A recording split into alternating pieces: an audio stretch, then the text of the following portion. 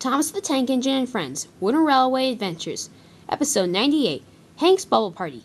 Special thanks to ThomasFan24 for suggesting this episode's title. One day, Hank was complaining to Daisy on how he never got a bath. "Oh, come on," said Daisy, "you always get a bath."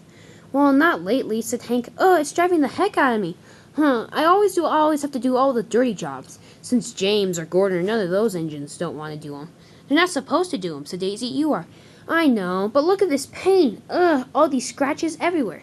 "That's from the work you've done today," said Daisy, not amused by this. "Come on, Hank. Be a little more self-conscious." "Oh, I'm sorry," said Hank. I'm just so used to being a proud engine, and I feel like on Sir Topham Hatt's railway here, I'm not allowed to do that." "Sure thing you can," said Daisy. "Come on, Hank, just live with it." "All right," said Hank. But I do wish I could voice my opinion about Sir Topham Hatt on running his railway." Just then, Sir Topham Hatt roared up in his new car. "I think here's your chance," laughed Daisy, but Hank and she knew that Hank would never. "Hello, Hank," said Sir Topham Hatt. "I have an important job for you to do." "Really?" said Hank. "What is it?" Hank was imagining pulling the express or something like that, but Sir Topham Hatt had other things in mind. "I want you to go to the docks and go pick up some cargo cars. One of them's full of water and one of them's full of soap." "Huh?" said Hank. "That's a weird combination." "Yes, it is," said Sir Topham Hatt. "Did you know today's National Bubble Bath Day?" "Really?" said Hank. "Nah, I just made it up. But anyway, I decided tonight that I'm going to have a giant bubble bath. Can you deliver the packages to Ellsbridge Station?" "Of course," said Hank. "I will." And with that, Hank was off. "See you later, Daisy," he said. "Are you sure you don't want to voice your opinion about that?" "Yeah, I'm pretty sure," said Hank. "I'd rather keep my job on the railway." Hank was off.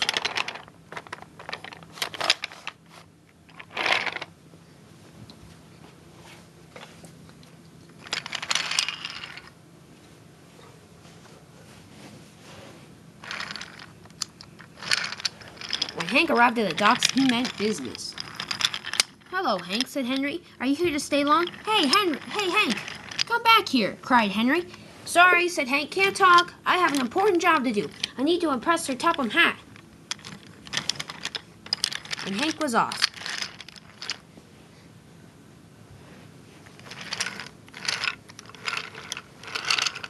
"Keep on going, Harold. Keep on going, Hank," said Harold. "You're doing a great job." "Thank you," said Hank. If Harold thinks I'm doing a good job, then I must be doing a good job after all. Hey, maybe if I do a good job, Sir Topham Hatt will let me do more specials. Then he can promote me to Express and all those other fun jobs.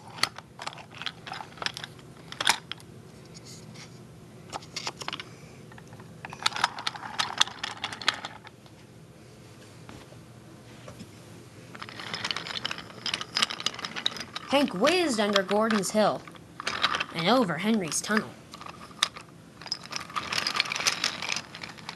He had to stop while the turntable turned, but he didn't mind that. Daisy was watching him. "Goodbye, Daisy," said Hank, "and no, I would not like to voice my opinion." Daisy laughed. "Don't worry, one day you will." Hank soon arrived at Ellsbridge Station. He gave one of the packages to Arthur. He gave one of the packages to Emily. "Thanks," said Emily, "but what are these exactly for?" But she didn't get the chance. Hank was already off.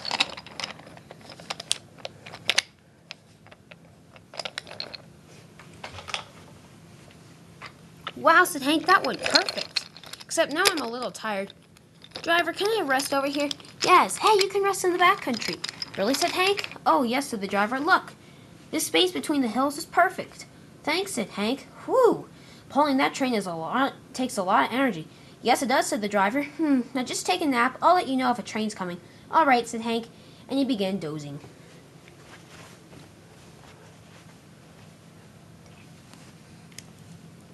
Meanwhile, however, Hank and Arthur and Emily at Ellsbridge Station were wondering why Hank had given them the packages. "I'm going to be pulling a train soon, and I'm going to be taking a goods train soon. Hey, we better go give them back to him," they said. "Yeah, he might want these back." "I don't know why he gave them to us," said Emily.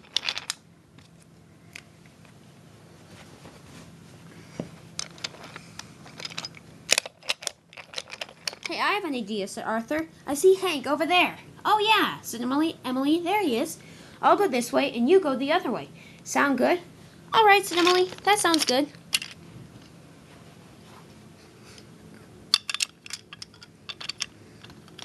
Emily didn't have time to turn around.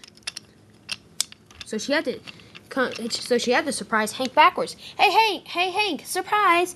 Hank was still snoozing, so he didn't notice, and then one of the packages crashed into Hank. The contents spilled all over him. Ouch! Cried Hank as he was knocked off the rails. Ugh! Soap! What's this all in here? Hey, Arthur! Watch out! Whoa! Arthur managed to get off the rails just in time, but the package crashed right into Hank.